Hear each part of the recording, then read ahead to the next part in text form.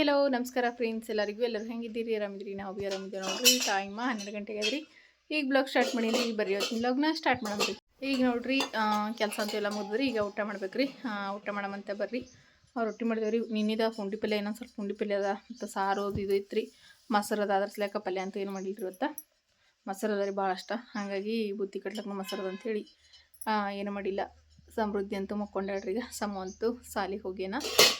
ಹೊಲ್ದಾಗ ಕಬ್ಬು ಹಚ್ಕತ್ತಾರ್ರಿ. ಕಬ್ಬು ಹಚ್ಲಕ್ಕೆ ಹೋಗ್ಬೇಕು. ಈಗ ಒಂದು ಸ್ವಲ್ಪ ಊಟ ಮುಗಿಸ್ಕೊಂಡು ಕಬ್ಬು ಹಚ್ಚಕ್ಕೆ ಹೋಗ್ತೀನಿ ರೀ. ಸಮೃದ್ಧಿ ಮಕ್ಕೋಸ್ತೀನಿ ಈಗ ನೋಡ್ರಿ ಹೊಲಕ್ಕೆ ಬಂದಿದ್ದೆವು. ಕಬ್ಬು ಹಚ್ಲಿಕತ್ತಾರ ಅಂಥೇಳಿ ಲೈಟೇ ಹೋಗ್ಬಿಟ್ಟವ. ಲೈಟ ಬಂದಿಲ್ಲ, ಅದಕ್ಕೆ ಲೈಟ್ ಬಂದವೇನಂತ ನೋಡಿದ್ನಿ. ಇನ್ನು ಲೈಟ್ ಬಂದಿಲ್ಲ. ಇದು ನೋಡ್ರಿ ಈ ಬಾಯಿ ಇದಾ ಪೂರ್ತಿ ಕಟ್ಟಿದ ಬಾಯಿ ಇತ್ತು ರೀ. ಈ ರೀತಿ ಎಲ್ಲ ಉಳ್ಕೊಂಡು ಬಿದ್ದರೆ ಎಲ್ಲ ಕಡೆದಾಗ ಹೊಡಿದು ಬಾಯಿ ನೋಡ್ರಿ. ಇದು ಮನೆ ತುಳ್ದಿದ್ದು ಕಬ್ಬು ನೋಡ್ರಿ ಹೆಂಗಿದೆ ಅಂತೇಳಿ. ಅಂದ್ರೆ ಕಬ್ಬು ತಂದು ತುಳ್ದಿದ್ದು ಕಬ್ಬು ಇದೆ ರೀ ಇದು. ಈಗ ಇಷ್ಟು ಎತ್ತರ ಆಗ್ಯದ ನೋಡ್ರಿ ಇದು. ಈಗೊಂದು ಸರ್ತಿ ಕಬ್ಬು ತುಳಿಯೋದು ನಾನು ವಿಡಿಯೋಸ್ ಹಾಕಿದ್ನಲ್ರಿ, ಅದು ನೋಡ್ರಿ ಇದು. ಇಲ್ಲಿ ನೋಡ್ರಿ ತುಳ್ದಿದ್ದು ಕಬ್ಬ ಭಾಳ ಫಾಸ್ಟ್ ಬರ್ತೀರಿ ನಾವು ಹಚ್ಚಿ ಆಗಿಕ್ಕಿಂತನೂ. ಇದು ನೋಡ್ರಿ ಎಷ್ಟು ಫಾಸ್ಟಾಗಿ ಬಂದದ ಅಂತಂದ್ರೆ ಇಷ್ಟು ಎತ್ತರ ಅದ ನೋಡ್ರಿ ಇದು ಕಬ್ಬ. ಭಾರಿ ಮಸ್ತ್ನೇ ಆಗ್ಯದ್ರಿ ಇದು. ಹಚ್ಚಿ ಕಡೆಗೆ ಅಂತಂದ್ರೆ ಅಗಿ ಹಚ್ಚಕತ್ತಿದ್ದೇವೆ ರೀ. ಇದು ಅಂತಂದ್ರೆ ತುಳಿದಿದ್ದು ಕಬ್ಬದ ರೀ.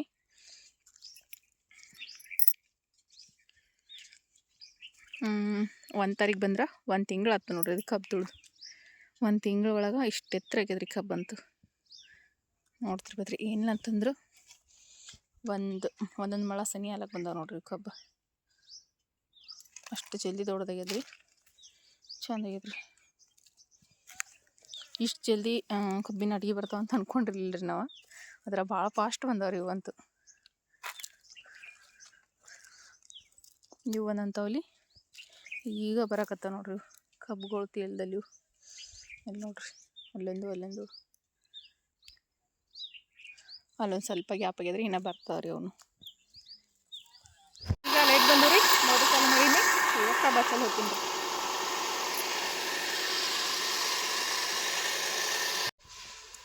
ಇದು ಅಗಿ ಹಚ್ಚಿ ಹೂವು ನೋಡ್ರಿ. ಇಲ್ಲಿ ನೋಡ್ರಿ ಕಬ್ಬಿನ ಅಗಿಗಳು ನೋಡ್ರಿ. ಇಲ್ಲಿ ತಂದಿಟ್ಟಿದ್ದೇವ್ರಿ. 3-4 ದಿವಸ ಆಯ್ತು ರೀ ಕಬ್ಬಿನ ಅಗಿ ಹಚ್ಚಕತ್ತಿ. ಲೈಟ್ ಒಂದು ಬರಬೇಡ ಟೈಮಿಗೆ ಕೊಡೋದಕ್ಕೆ ಇದೆಲ್ಲ ನೋಡ್ರಿ ಕಬ್ಬಿನ ಅಗಿಗಳು ತಂದಿಟ್ಟು ಒಂದು ಸ್ವಲ್ಪ ಆಡಕತ್ತಾವ್ರಿ. ಇಲ್ಲಿ ಅಂತಂದ್ರೆ ನಮ್ಮ ಯಜಮಾನ್ರು ನೋಡ್ರಿ ಉಳ್ದಿ ಅಗಿಗಳಿಗೆ ನೀರು ಹೊಡ್ಲಿಕತ್ತಾರ ರೀ. ಎಣ್ಣೆ ಡಬ್ಬಿ ಮಸೀಲಿನಿಂದ ನೀರು ಹೊಡಿಕತ್ತಾರ. ಇಲ್ಲೇ ನೋಡ್ರಿ ನೀರು ನಡ್ದಾವ. ನಾನು ಕೌಲಿ ತಿರುಗ್ಲಿಕತ್ತೀನಿ ರೀ. ಹೆಣ್ಮಕ್ಳು ಅಂತಂದ್ರೆ ಊಟ ಮಾಡಕ್ಕೆ ಹೋಗ್ಯಾರ ಅವ್ರ. ಈಗ ಉಳ್ದಿದ್ದು ಕಬ್ಬ ನಾವೇ ಹಚ್ಬೇಕು ರೀ. ನೀರು ಹಚ್ಚಕತ್ತೀನಿ ರೀ ನಾನು. ಯಜಮಾನ್ರು ಅಲ್ಲಿ ಕಬ್ಬಿನ ನೀರು ಹೊಡಿಕತ್ತಾರ. ಇಲ್ಲೇ ಊಟ ಮಾಡ್ಕೊಂಬಂದು ಅಕ್ಕೋರು ಅಂತಂದ್ರೆ ಕಬ್ಬಿನಿಗೆ ಹಚ್ಚಕತ್ತಾರೆ ಅವ್ರು ಭೀ. ನಾನು ನೀರು ತಿರುಗ್ಕತ್ತೀನಿ ರೀ. ನಾವೇ ಹಚ್ಬೇಕ್ರಿ ಒಂದು ಸ್ವಲ್ಪ. ಯಾಕಂದ್ರೆ ಇಬ್ಬರೇ ಯಾರ ರೀ ಸಾಲ ಬೀಳಕತ್ತವ. ಈಗ ಯಜಮಾನ್ರು ಅಗಿಗಳಿಗೆ ನೀರು ಹೊಡೆದು ಬಂದಮೇಲೆ ಅವ್ರು ನೀರು ತಿರುಗ್ತಾರ, ನಾನು ಅಗಿ ಹಚ್ತೀನಿ ರೀ. ಲೈಟ್ ಒಂದು ಹೋದು ನೋಡ್ರಿ. ಮತ್ತೆ ಭೀ ಕಬ್ಬಿನ ಅಗಿ ಹಚ್ಚಕತ್ತೀವಿ ರೀ. ಲೈಟ್ ಹೊಂಟ ನಿಂದ್ರಲಿಕ್ಕೆ ಅದ್ರಾಗ ಇವತ್ತು ಮಳೆ ಹೊಂಟದ. ಮಾಡಂದ್ರೆ ಇಷ್ಟ ಆಗ್ಬಿಟ್ಟದ್ರಿ. ಹೇಳಪ್ಲಿಲ್ರಿ ಅಷ್ಟು ಮಾಡಾಗ್ಯದ. ಅದ್ರಾಗ ಜೋಳ ಬೇರೆ ಕೊಯ್ಲಿಕ್ಕೆ ಹಚ್ಚಿ ಜೋಳ ಕೊಯ್ದು ಹಾಕಿವಿ. ಕಡ್ಲಿಕ್ಕೆ ತಿಟ್ಟಿವಿ. ಯಾವ್ದು ನೋಡ್ಬೇಕು ಯಾವ್ದಿಲ್ಲ ಅಂದಂಗೆ ಆಗ್ಬಿಟ್ಟದ್ರಿ. ಯಪ್ಪ ಮನೆಗೆ ಹೋಗ್ತೀನಿ ರೀ. ಯಾಕಂದ್ರೆ ಹೊರಗೆ ಅಷ್ಟು ಬಟ್ಟೆ ಹಾಕ್ತೀನಿ ರೀ. ಅವಾಗಂತೂ ತಗೊಳಕ್ಕಾಗಂಗಿಲ್ಲ ಬಟ್ಟೆ. ಹೊರಗೆ ಒಣಗಿ ಬಿಟ್ಟಿನಿ. ಅದಕ್ಕೆ ಈಗ ಹೋಗಿ ಪಟ ಬಟ್ಟೆ ತಗೋತೀನಿ ರೀ. ಮನೆಗೆ ಹೋಗ್ಬೇಕೀಗ. ಯಜಮಾನ್ರು ಭೀ ಹೊಂಟೀನಿ ಅಂತ ಹೇಳ್ರಿ. ಅದಕ್ಕೆ ಹೋಗಿ ಮೊದಲು ಬಟ್ಟೆ ತೊಗೊಂಬರ್ತೀನಿ ರೀ. ಲೈಟ್ ಏನು ಬರೋಂಗೆ ಕಂಡಲ್ರಿ. ಯಾಕಂದ್ರೆ ಗಾಳಿ ಧೂಳಿ ಬಿಟ್ಟದ್ರಿ ಫುಲ್ ಜೋರಾಗಿ. ಅದಕ್ಕೆ ಕಬ್ಬು ಹಚ್ಚೋದಂತೂ ಏನು ಹಾಗಂಗೆ ಕಂಡಲ್ಲ ಇವತ್ತು. ನೋಡ್ರಿ ಒಟ್ಟು ನನ್ನ ಕಾಲಿಲ್ಲ ಹೆಂಗೆ ಬಿಟ್ಟ. 1-2 ಸಾಲ ಹಚ್ಚಿದೆ. ಹಚ್ಚಷ್ಟೊತ್ತಿಗೆ ಗಾಳಿ ಧೂಳಿ ಮಳೆನೇ ಬಂದುಬಿಡ್ತ್ರಿ. ಲೈಟೇ ಬಂದಿಲ್ಲ ನೋಡ್ರಿ. ಏನು ಲೈಟೇ ನಿಂದ್ರಲ್ಲಾಗ್ಯಾವ್ರಿ ಇವತ್ತು. ನಾವು ಮುಂಜಾನೆ ಹತ್ತಿನ ಚಲೋ ಅದ್ರಿ. ಆಯ್ತು ಈಗ ಮಧ್ಯಾಹ್ನಕ್ಕಿದೆ ಗಾಳಿ ಧೂಳಿನೇ ಆಗ್ತದ್ರಿ. ಇನ್ನು ಬರ್ತದೇನೋ ರೀ. ಎಲ್ಲಿ ಗದರ್ಸಕತ್ತದಲ್ರಿ. ಬೆಳಗ್ಗೆದ್ರಿ ಗಾಳಿ ಬಿಟ್ಟದ. ಜೋಳ ಒಂದು ಕೊಯ್ದು ಹಾಕಿದೆವು. ಏನು ನೋಡೋಕೆ ಏನು ಸುದ್ದಿ ರೀ. ಇದು ತೆನೆ ಖರಾಬ್ ಆತಾವ್ರಿ. ತಿನ್ನಲಕ್ಕೆ ಬಿದ್ರಿ ಮಳೆ ಬಡಿತದಲ್ರಿ. ಒಟ್ಟು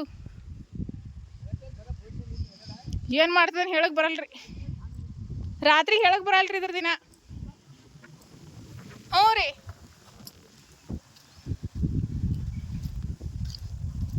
ಜೋಳ ಕೊಯ್ಸಿ ಹಾಕಿದೇವ್ರಿ. ಜೋಳ ಕೊಯ್ಲಿಗತ್ತಾರ.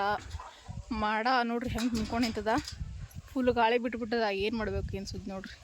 ಜೀವಕ್ಕಂತೂ ಯಾವಾಗೂ ಕಷ್ಟ ಅಂತೂ ತಪ್ಪಿದ್ದೆ ಅಲ್ಲಿ ನೋಡ್ರಿ. ಯಾಕಂದ್ರೆ ಮಳೆ ಬಂದ್ರೂ ಕಷ್ಟ, ಬರ್ಲಿಕ್ಕೂ ಕಷ್ಟ. ಈಗ ಜೋಳ ಕೊಯ್ಲಿಗೆ ಬಂದವ, ಈ ಟೈಮ್ನಾಗ ಮಳೆ ಹೊಂಟದ ನೋಡ್ರಿ. ಇದು ಏನು ಮಾಡ್ಬೇಕು. ಗಾಳಿ ನೋಡ್ರಿ ಎಷ್ಟು ಜೋರಾಗಿ ಬಿಟ್ಟದ ಅಂತ ಹೇಳಿ.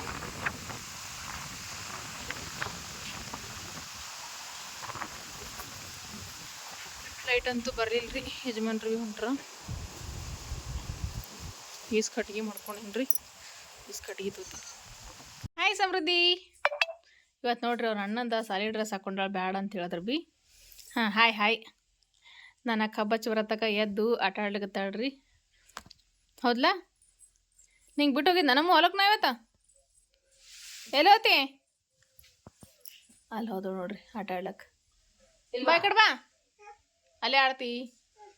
ಸೌಕಾಸಿಡಿ ಅಲ್ಲಿ ತಳಗ ತಗ್ನಾಗ ಬಿದ್ದಿಗೆ ಅಲ್ಲಿ ತೆಗ್ಗಾದ್ರೆ ಅದ್ರ ಕುಂತು ಆಟ ಆಡ್ತೀನಿ ಅಂತ ಅಲ್ಲೇ. ಸೌಕಾಸಿಡಿ ಸಮೂ ಬಂದಂದ್ರೆ ಆಯ್ತು. ಇಬ್ರು ಕಲ್ತು ಅದ್ರಾಗೆ ಆಟ ಆಡ್ತಾರ್ರಿ ಅವ್ರು. ಏನ್ರಿ ರಂಗೋಣ ಅಮ್ಮು ಏನು ಸಮೃದ್ಧಿಗಿಲ್ಲ ಅದೆಲ್ಲ ಹೋಗಿ ಬಂದ್ರೆ ಆತು. ಲೈಟೇ ಬರಲಿಲ್ಲ ನೋಡಿವ ತಾಯಿ. ಹೊಲ್ದಾಗ ಮಂದಿ ತೊಗೊಂಡು ಕೂತೇವು. ಇಬ್ರು ಹೆಣ್ಮಕ್ಳು ಬಂದಾರ ಪಾಪ. ನಾಳೆ ಒಂದಿನ ಆದ್ರೆ ಹಚ್ಚದಾತಿತ್ತು ಲೈಟ್ ಇದ್ದು ಅಂದ್ರೆ. ನಾಳೆಗೂ ಆತಿರ್ಬೇಕು. ಇವತ್ತು ಚಂದ ಇದ್ರು ಲೈಟ್ ನಾಳೆಗೆ ಆತಿತ್ತು. ಈಗ ನೋಡ್ರಿ ಹೊಲ್ದಾಗ ಕಬ್ಬಸ್ಲಕ್ಕ ಹೆಣ್ಮಕ್ಳು ಹಚ್ಚಿದೇವ್ರಿ.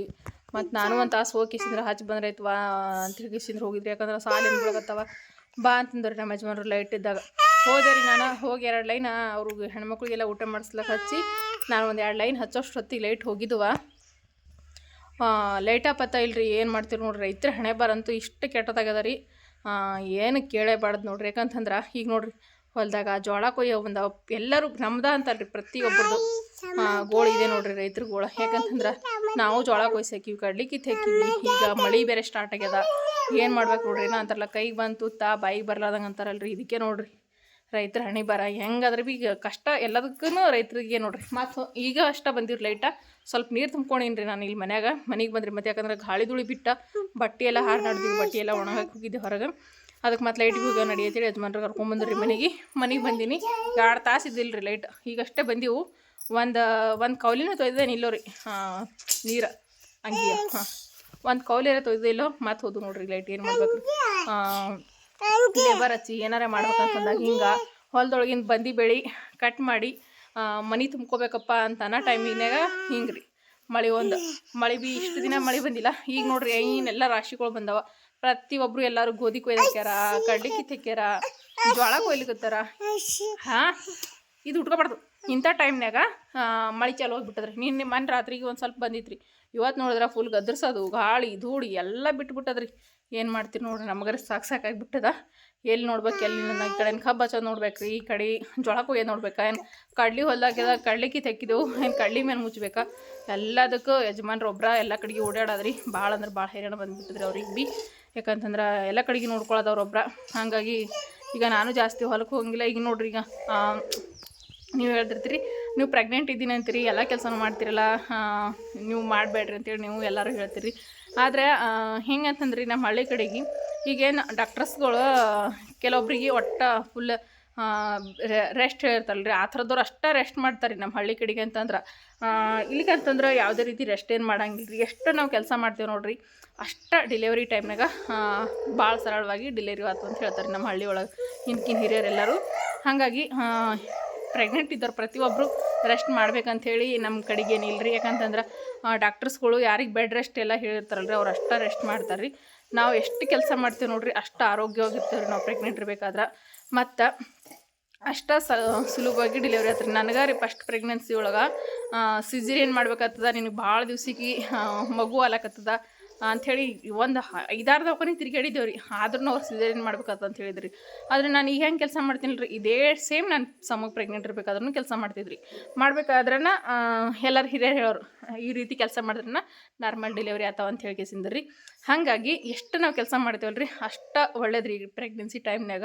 ಅಷ್ಟು ಅಂದ್ರೆ ಡೆಲಿವರಿ ಟೈಮ್ನಾಗ ಯಾವುದೇ ರೀತಿ ಪ್ರಾಬ್ಲಮ್ ಬರಂಗಿಲ್ಲ ರೀ.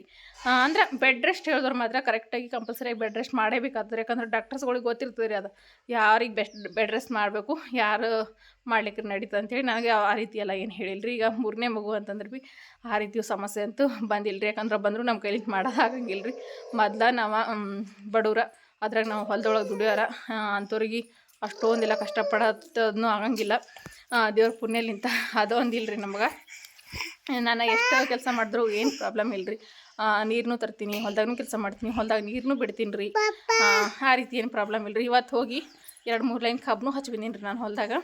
ಅದರ ವಿಡಿಯೋ ಮಾತ್ರ ಮಾಡ್ಕೊಳ್ಳೋದಾಗಿಲ್ಲ ರೀ. ಯಾಕಂತಂದ್ರೆ ಹೆಣ್ಮಕ್ಳಿಗೆಲ್ಲ ಊಟಕ್ಕೆ ಬಿಟ್ಟ ಮತ್ತು ನಾನು ನಮ್ಮ ಯಜಮಾನ್ರು ಕಬ್ಬು ಹಚ್ಚಿದ್ದೀವಿ. ಯಾಕಂದ್ರೆ ಮೋಟ್ರ್ ಬಂದಿರಬಾರ್ದು ಅಂತ ಹೇಳ್ಕೇಸಿಂದ್ರ ಹಾಗಾಗಿ ನಮ್ಮ ಯಜಮಾನ್ರು ನಾನು ನೀರು ಬಿಟ್ಟಿದ್ದೇವೆ ರೀ. ಯಜಮಾನ್ರು ನೀರು ಬಿಟ್ಟರು ಮತ್ತು ನಾನು ಯಜಮಾನ್ರು ಸೇರಿ ಕಬ್ಬು ಹಚ್ತೇವೆ ರೀ. ಮತ್ತು ಇಲ್ಲಿಕಂತಂದ್ರೆ ಆಟೋ ತನಕ ಮೋಟ್ರ್ ಬಂದಿಡಬೇಕಾಗಿತ್ತು ರೀ. ಈಗ ಇರೋದ ಲೈಟ್ ಬರ್ತಾವೆ ಹೋಗ್ತಾವೆ ರೀ. ಆ ಟೈಮ್ನಾಗ ಮೋಟ್ರ್ ಬಂದಿರಬಾರ್ದು, ಲೈಟ್ ಇದ್ದಾಗ ಅಂತ ಅಂದ್ಕೊಂಡು ಯಜಮಾನ್ರು ನಾನು ಕಬ್ಬು ಹಚ್ಚಿ ಬಂದೀವಿ ರೀ. ಆ ರೀತಿ ಯಾವುದೇ ರೀತಿ ಸಮಸ್ಯೆ ಅಂತೂ ಆಗಂಗಿಲ್ಲ ರೀ ನನಗೆ. ಈಗ 3ನೇ ಸರ್ತಿ ಪ್ರೆಗ್ನೆನ್ಸಿ ಇದ್ರಿ, ಯಾವುದೇ ರೀತಿ ಸಮಸ್ಯೆ ಆಗಿಲ್ಲ ರೀ. ಹಾಗಾಗಿ ನಮ್ಮ ಹಳ್ಳಿ ಕಡೆಗೆ ಏನದಲ್ಲ ರೀ, ಪ್ರತಿಯೊಬ್ಬರು ನಾನಾ ಅಂತಲ್ರಿ, ಪ್ರತಿಯೊಬ್ಬರು ಹೆಣ್ಮಕ್ಳು ಪ್ರೆಗ್ನೆಂಟ್ ಇದ್ರೂ ಇದೇ ರೀತಿ ಕೆಲಸಗಳು ಮಾಡ್ತಿರ್ತಾರೆ ರೀ. ನಾವು ಪ್ರೆಗ್ನೆಂಟ್ ಇದ್ದಾಗ ನಮಗೆ ಡಾಕ್ಟರ್ಸ್ಗಳು ಈ ರೀತಿ ಬೆಡ್ ರೆಸ್ಟ್ ಎಲ್ಲ ಹೇಳಿರಲಿಲ್ಲ ಅಂತಂದ್ರೆ ನಾವು ಎಷ್ಟು ಕೆಲಸ ಮಾಡ್ತೀವಿ ನೋಡಿರಿ, ನಮ್ಮ ಆರೋಗ್ಯಕ್ಕೆ ಒಳ್ಳೇದು ರೀ ಫ್ರೆಂಡ್ಸ್. ಅದು ಅದ್ರಾಗ ರೀ ಫ್ರೆಂಡ್ಸ್, ನನಗಂತೂ ಕಮೆಂಟ್ಸ್ಗಳು ಒಳಗೆ ಒಬ್ಬೊಬ್ಬರ ಈ ರೀತಿ ಕಮೆಂಟ್ಸ್ ಹಾಕ್ಲಿರ್ತಾರೆ ರೀ. ನನಗಂತ್ರ ನೀವು ಯಾವ ಕಮೆಂಟ್ಸ್ಗಳಿಗೆಲ್ಲ ಉತ್ತರ ಕೊಟ್ಟಿರ್ರಿ ಭಾಳಷ್ಟು ಮಂದಿ. ಯಾಕಂತಂದ್ರೆ ರೀ ನಾವು ಹೇಳಿದ್ದೀನಿ ರೀ ನನ್ನ ವೀಡಿಯೋಸ್ ಒಳಗನ. ಯಾಕಂದ್ರೆ ನನ್ನ ವೀಡಿಯೋಸ್ ಒಳಗೆ ಹೇಳಿದ್ದೀನಿ ರೀ ನನ್ನ ಪ್ರತಿಯೊಂದೂ. ಯಾಕಂತಂದ್ರೆ ನಾವು ಮಕ್ಕಳು ಸಲುವಾಗಿ ಎಷ್ಟೆಲ್ಲ ಕಷ್ಟಪಟ್ಟಿದ್ದೀವಿ ಅಂತೇಳಿ. ಮತ್ತು ಅದ್ರೊಳಗೆ ರೀ ಇಲ್ಲಿ ಕೂಂದ್ರೆ ಮೋಜರನೇ ಪ್ರತಿಯೊಂದು ವೀಡಿಯೋಸ್ ಒಳಗೆ ಹೇಳಿರಿ ನಮ್ಮ ಮಕ್ಕಳ ಸಲುವಾಗಿ ನಾವು ಎಷ್ಟೆಲ್ಲ ಕಷ್ಟಪಟ್ಟಿವಿ ಅಂತೇಳಿ ಕೇಸಿಂದ್ರಿ. ಅಂಥ ಟೈಮ್ನಾಗ ಈಗ ದೇವ್ರು ಕೊಡುವಾಗ ಯಾಕೆ ಬೇಡ ಅನ್ನೋದು 3ನೇ ಮಗು ಇರಲಿ ಅಂಥೇಳಿ ನಾವು ಅಂದ್ಕೊಂಡಿದ್ದೇವೆ ರೀ. ಈ 3ನೇ ಮಗು ಇರಲಿ ಅಂಥೇಳಿ ನಾವು ಅಂದ್ಕೊಂಡಿದ್ದ ಭಾಳಷ್ಟು ಮಂದಿಗೆ ಭಾಳ ತಪ್ಪು ಅನಿಸ್ಬಿಟ್ಟದ್ರಿ. ಅಂದ್ರೆ ಒಂದು ಶಾಪದ ರೀತಿ ಅಂತ ಅನಿಸ್ಬಿಟ್ಟದ್ರಿ ಭಾಳಷ್ಟು ಮಂದಿಗೆ. ಯಾಕಂತಂದ್ರೆ ಪ್ರತಿಯೊಬ್ಬರು ಒಂದೊಂದು ರೀತಿ ಕಮೆಂಟ್ ಹಾಕ್ತಾರೆ ರೀ. ಕಮೆಂಟ್ಸ್ಗಳು ನನಗೆ ಭಾಳ ಬೇಜಾರಾಗ್ತದೆ ರೀ. ಏನಪ್ಪ ಹಿಂಗೆ ಅಂತಾರಲ್ಲ, 3ನೇ ಮಗು ನಿನಗೆ ಯಾಕೆ ಬೇಕಿತ್ತು, ಯಾಕೆ ಬೇಕು, ಈ ರೀತಿ ಎಲ್ಲ ಹೇಳ್ತಿರ್ತಾರಲ್ರಿ. ಅದನ್ನು ಕೇಳಿಕಿಸಿಂದ ನನಗಂತೂ ಫುಲ್ ಆ ರೀತಿ ಕಮೆಂಟ್ಸ್ ಹಾಕಿದ್ರಿ. ನೀವೆಲ್ಲ ಭಾಳ ಚಲೋ ರಿಪ್ಲೈ ಕೊಟ್ಟಿರಿ, ನೀವೇ ರಿಪ್ಲೈ ಕೊಟ್ಟಿರಿ, ನಾನು ರಿಪ್ಲೈ ಕೊಡೋಕ್ಕಿಂತನೂ ಅದೊಂದು ಭಾಳ ಖುಷಿ ನನಗೆ. ಯಾಕಂದ್ರೆ ಆ ರೀತಿ ಕಮೆಂಟ್ ಹಾಕೋರು ಒಂದು 8-10 ಮಂದಿ ಇದ್ರೆ, ಸಪೋರ್ಟ್ ಮಾಡೋರ ನನಗೆ ಸಾವಿರಾರು ಗಟ್ಟಲೆ ಮಂದಿ ಇದ್ರಿ. ಅಷ್ಟು ಚಲೋ ಸಪೋರ್ಟ್ ಮಾಡಿ ಅಷ್ಟು ಒಳ್ಳೊಳ್ಳೆ ಕಮೆಂಟ್ಸ್ ಹಾಕಿರಿ. ನಿಮ್ಮ ಕಮೆಂಟ್ಸ್ ನೋಡಿನೇ ನನಗೆ ಧೈರ್ಯ ಬರ್ತದೆ ರೀ ಫ್ರೆಂಡ್ಸ. ನಿಮ್ಮ ಸಪೋರ್ಟ್ಲಿಂತ, ನಿಮ್ಮ ಕಮೆಂಟ್ಸ್ಲಿಂತ ನನಗೆ ಧೈರ್ಯ ಉಂಟು ರೀ. ನೀನು ಯಾಕೆ 3ನೇ ಮಗು ಬೇಕು, ನಿನಗೆ ಎದಕ್ಕೆ ಬೇಕಿತ್ತು, ನಿನ್ಗೆ ಯಾಕೆ ಬೇಕಿತ್ತು, ಈ ರೀತಿ ಕಮೆಂಟ್ ಹಾಕ್ತಾರೆ ಒಬ್ರೊಬ್ರ. ನನಗೇನೋ ಅಂತಾರಲ್ರಿ, 3ನೇ ಮಗು ಮಾಡ್ಕೊಂಡು ಎಷ್ಟು ದೊಡ್ಡ ತಪ್ಪಾಯ್ತು ಅನ್ನೋ ಹಂಗೆ ಮಾತಾಡ್ತಾರೆ ರೀ ಜನ. ಅದನ್ನು ನೋಡಿ ಭಾಳ ಅಂದ್ರೆ ಭಾಳ ಬೇಜಾರ್ಲಕತ್ತೀರಿ ನನಗಂತೂ. ಯಾಕಂತಂದ್ರೆ ಅರ್ಥ ಮಾಡ್ಕೋಬೇಕಲ್ರಿ. ಯಾಕಂತ ನಾನು ಪ್ರತಿಯೊಂದು ವೀಡಿಯೋಸ್ ಒಳಗೆ ಹೇಳ್ಕೊತಾನೆ ಬಂದೇನೆ ರೀ. ನಾವು ಪಟ್ಟಿರೋ ಕಷ್ಟ ಅಷ್ಟಿಷ್ಟಲ್ರಿ, ಆ ಕಷ್ಟಪಟ್ಟಿರ್ತಾರಲ್ರಿ ಅವ್ರಿಗೆ ಮಾತ್ರ ಗೊತ್ತಿರೋ ಅದ್ರ ಬೆಲೆ. ಹಂಗಾಗಿ ಕೇಸಿಂದ್ರೆ ನಮ್ಗೆ 3ನೇ ಮಗು ಬೇಕು ಅಂತ ಅನಿಸ್ತೀನಿ ನಾವು 3ನೇ ಮಗುನ ಮಾಡ್ಕೊಂಡಿರೋದು ರೀ. ಆದ್ರೆ 1 ಸಾಕಿತ್ತು, 2 ಸಾಕಿತ್ತು ಈ ರೀತಿ. ಆದ್ರೆ ನೀವು ಒಬ್ಬೊಬ್ರು ಹೇಳೋದು ನನಗೆ ಭಾಳ ಇಷ್ಟ ಆಗ್ತದೆ. ಯಾಕಂದ್ರೆ ಈಗಿನ ಕಾಲದೊಳಗೆ ಭಾಳ ಕಷ್ಟ ರೀ ಮಕ್ಕಳನ್ನ ಸಾಕೋದು, ಎಜುಕೇಷನ್ ಒಳ್ಳೇದು ಕೊಡಿಸ್ಬೇಕಿತ್ತು ಅಂಥೇಳಿ ಈ ರೀತಿ ಹೇಳ್ತಾರಲ್ರಿ. ಅದು ಪರವಾಗಿಲ್ಲ, ಅದು ಭಾಳ ಖುಷಿ ಆಗ್ತಾರೆ ನನಗೆ ಆ ರೀತಿ ಕಮೆಂಟ್ ಹಾಕ್ದವ್ರದ್ದು. ಆದರೆ ಒಬ್ರೊಬ್ರು ನಿನಗೆ ಯಾಕೆ ಬೇಕಿತ್ತು 3ನೇ ಮಗು, ಹಿಂಗೆ ಅಂತ ಹಾಕ್ತಾರಲ್ರಿ. ಅದಕ್ಕೆ ಭಾಳ ಬೇಜಾರಾಗ್ತದೆ ರೀ.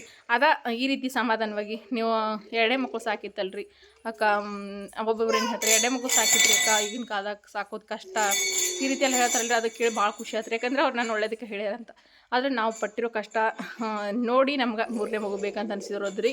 ಅದರಲ್ಲೂ ಎಲ್ಲ ಟೈಮ್ನಾಗ ಎಲ್ಲ ಸಮಯನೂ ನಮ್ಮ ಕೈದಾಗಂತೂ ಇರಂಗಿಲ್ಲ ರೀ. ಹಾಗಾಗಿ 3ನೇ ಮಗು ಪ್ರತಿಯೊಬ್ಬರಿಗೂ ಇರಲೇಬೇಕಂತ ಹೇಳಿ ಅನ್ನೋದು ನನಗೆ ಅನ್ನಿಸ್ತದೆ ರೀ. ನಮ್ಮ ಹಳ್ಳಿ ಕಡೆಗೆ ಅಂತಂದ್ರೆ ನಮ್ಮ ಹಳ್ಳಿ ಕಡೆಗೆ ಅಂತಂದ್ರೆ 3ನೇ ಮಗು ಬೇಕೇ ಬೇಕ್ರಿ ಕಂಪಲ್ಸರಿಯಾಗಿ ಅಂತ ಹೇಳಿ ಹೇಳ್ತಿರ್ತಾರೆ ರೀ. ಈ 3ನೇ ಮಗು ಮಾಡ್ಕೊಂಡಿದ್ದ ಒಬ್ಬೊಬ್ರಿಗೆ ಇಷ್ಟು ಇದು ಆಗಿಬಿಟ್ಟದ್ರಿ. ನನಗೆ ಕಮೆಂಟ್ಸ್ಗಳು ಹಾಕ್ತಾರೆ, ಯಾವ ರೀತಿಯೆಲ್ಲ ಕಮೆಂಟ್ಸ್ ಹಾಕ್ತಾರೆ. ನನಗಂತರ ಏನು ಮಾಡ್ಬೇಕಂತನೇ ಒಂದು ಸ್ವಲ್ಪ ಯೋಚನೆ ಮಾಡ್ಲಾರ್ದಂಗೆ ಆಗಿಬಿಟ್ಟದ್ರಿ. ನನಗೆ ಭಾಳ ನಿಜ ಹೇಳ್ಬೇಕಂತಂದ್ರೆ ನನಗಂತರ ಅವ್ರ ಕಮೆಂಟ್ಸ್ಗಳು ನೋಡ್ದಾಗ ನನಗೆ ಭಾಳ ಅಂದ್ರೆ ಭಾಳ ಬೇಜಾರ್ಲತ್ತರಿ. ಏನು ಮಾಡ್ಬೇಕನ್ನೋದಾಗ ಗೊತ್ತಾಗಲ್ಲಾಗ್ಯದ್ರಿ ನನಗಂತೂ. ಅವರಿಗೆ ಭಾಳಷ್ಟು ಇದು ಹಾಕಿದವ್ರು ಕಮೆಂಟ್ ಅಂತೂ ನಾನು ಹೇಳಿಬಿಡ್ತೀನಿ ರೀ, ರಿಮೂವ್ ಮಾಡಿಬಿಡ್ತೀನಿ ರೀ. ಅವ್ರು ನನಗೆ ಒಳ್ಳೇದಕ್ಕೆ ಅಕ್ಕ ನೀವು 2 ಮಕ್ಕಳು ಸಾಕಿತ್ತಕ್ಕ, ಪರವಾಗಿರಲಿಲ್ಲ, ಈಗಿನ ಕಾಲಕ್ಕೆ ಸಾಕೋದು ಭಾಳ ಕಷ್ಟ ರೀ, ಅವ್ರಿಗೆ ಒಳ್ಳೆ ಎಜುಕೇಷನ್ ಕೊಡಿಸ್ರಿ ಅಂತ ಅಂದವ್ರದ್ದು ನಾನು ಕಮೆಂಟ್ಸ್ ಯಾವತ್ತೂ ರಿಮೂವ್ ಮಾಡಂಗಿಲ್ಲ ರೀ. ಅದು ಭಾಳ ಖುಷಿ ಆಯ್ತು ರೀ ನನಗೆ.